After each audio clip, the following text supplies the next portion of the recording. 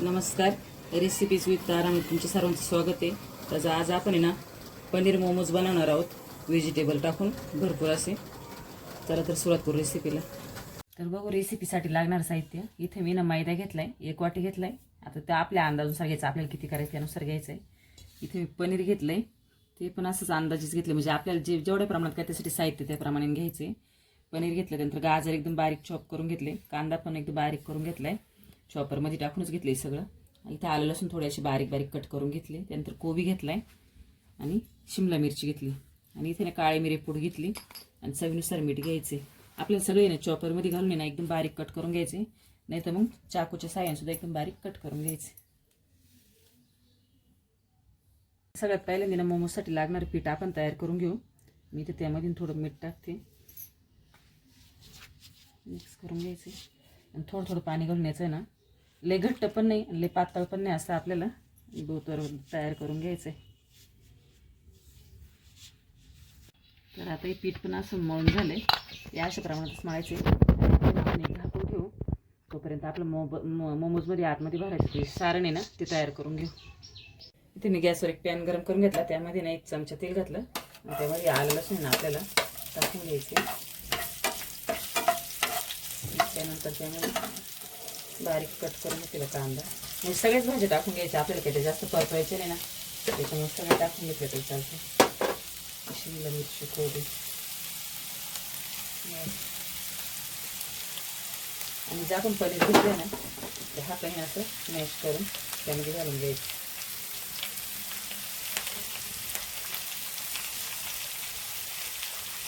पनीर टाकून झालं. आता मिरी पूड घेतली ना आपण ती टाकून घेऊ आणि चवीनुसार मीठ टाकायचं. यामध्ये आपण एक हिरवी मिरची पण कट करून टाकलेली ना, त्याच्यामध्ये दुसरी काही मिरची टाकायची ना आपल्याला. आणि हे ना आपण 5 मिनिटं फक्त आहे ना असं सुकं करून घ्यायचे, थोडं त्याच्यातलं जे पाणी ना ते कमी करून घ्यायचं. आता 5 मिनिटं आपले परतून झाले, त्यामध्ये ना शेजवान चटणी टाकू, 1 चमचाभर टाकली आणि सोया सॉस पण 1 चमचा. आणि तुमच्याकडे कांद्याची पात असेल ना ती टाकू शकता, असेल तर, नाही तर नसेल तर नाही टाकू तरी चालेल. आता माझ्या होती म्हणून मी टाकली.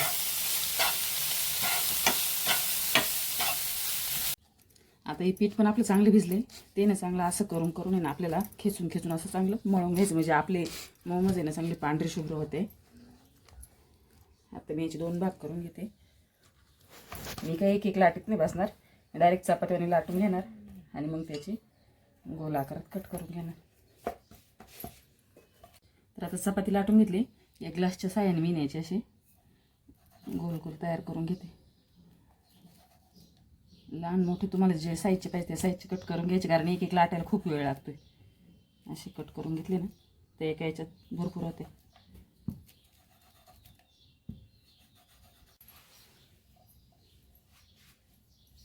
तर ही लाटीन अशी हातावर घ्यायची, त्यामध्ये 1 चमचा आहे ना, 1-1.5 चमचा जेवढं बसेल तेवढं सारण भरायचं आपले. आणि मध्ये असं बोटाच्या साह्याने असं दाबून घ्यायचं. नंतर हे ना अशी बाजू मध्ये लोटायची, एकूण एक अशी चुनी घ्यायची, परत एकूण एक घ्यायची चुनी अशी, आणि दोन्ही असं पॅक करायचं.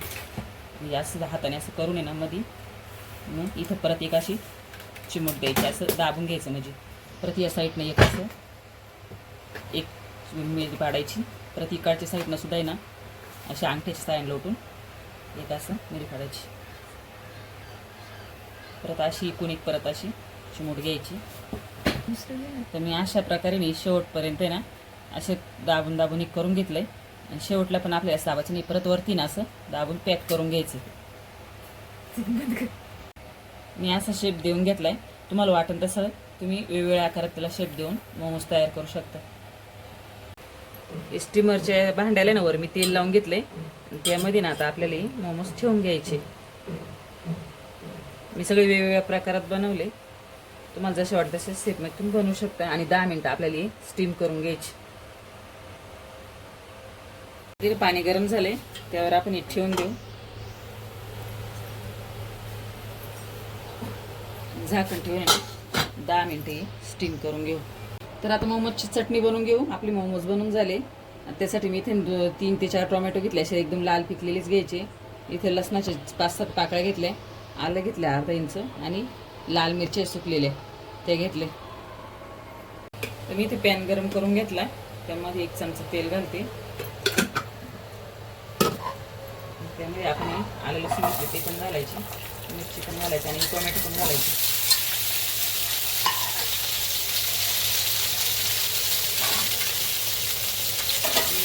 परतून घ्यायचं 2-1 मिनिटं. मी यामध्ये मीठ पण घालून घेतले. आता मीठ टाकल्यामुळे ना आपले टोमॅटो चांगले एकदम सॉफ्ट होतील आणि शिजतील. आता आपण याच्यावर झाकण ठेवून ना 5 ते 10 मिनिटं हे पण चांगलं शिजून घ्यायचं, जोपर्यंत पूर्ण सॉफ्ट होत नाही तोपर्यंत. मग मिक्सरमध्ये आपण बारीक पेस्ट करून घेऊ. आता मोमोज पण स्टीम झाले, आता हे मी काढून घेते. तर आता हे आपल्याला एकदम सॉफ्ट झाले. आता आपण हे टोमॅटोची वरची जी साल राहते ना ती काढून घेऊ त्याच्यावाली.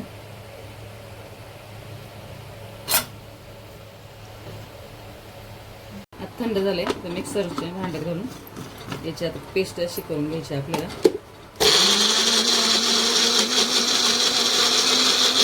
तर मी अशा प्रकारे चटणी वाटून घेतली आपल्या मोमोजवर खाण्यासाठी.